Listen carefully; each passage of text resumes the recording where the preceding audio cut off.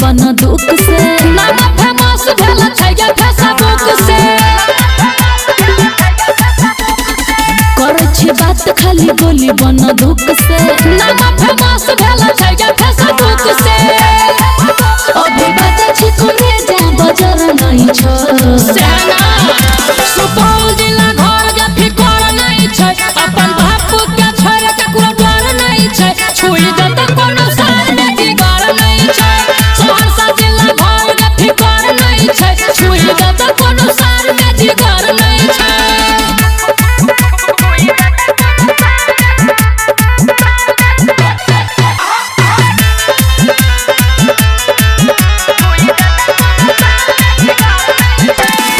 चाचा विधायक छोटी मामा खलनायक संजय सुभाष के बुझे छी कि लायक